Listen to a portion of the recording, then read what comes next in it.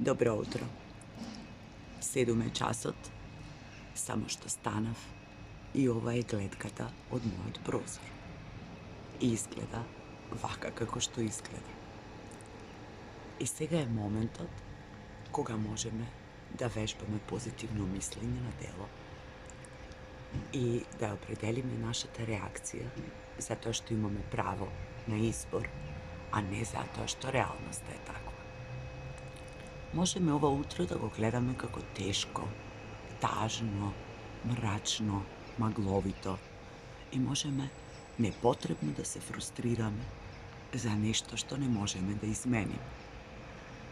Но можеме и да го гледаме како можност за раѓање на еден нов ден по кој ние сме ги отвориле очите. Имаме нов ден пред нас, исполнет со некои можности и предизвици за кои може би не сме ни сонувале нека токму денес ке се случат. Помислете на сите оние луѓе кои што имаат можност да ги отворат очите денес и да се чувствуваат среќни, здрави и да знаат дека и семејството им е среќно, здраво и безбедно, независно од условите во кои што се наоѓаме, затоа што безбедноста никогаш не ни била гарантирана. И помислете на сите оние луѓе кои овој ден им е оној ден во животот.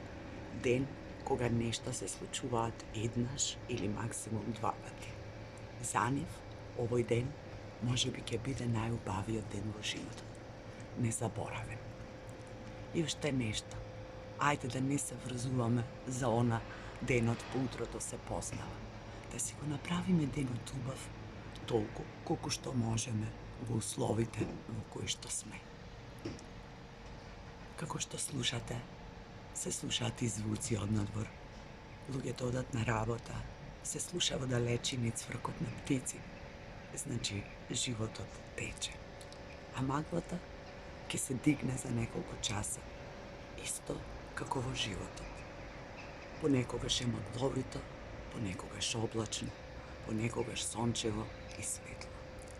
Но она што можеме да направиме е да си обезбедиме светлина во душата и јасност во мислата, затоа што јасноста не доаѓа од тоа што го гледаме од надвор, туку од тоа што го носиме во нас, од тоа што е внатре, од нашите одлуки и од нашите избори.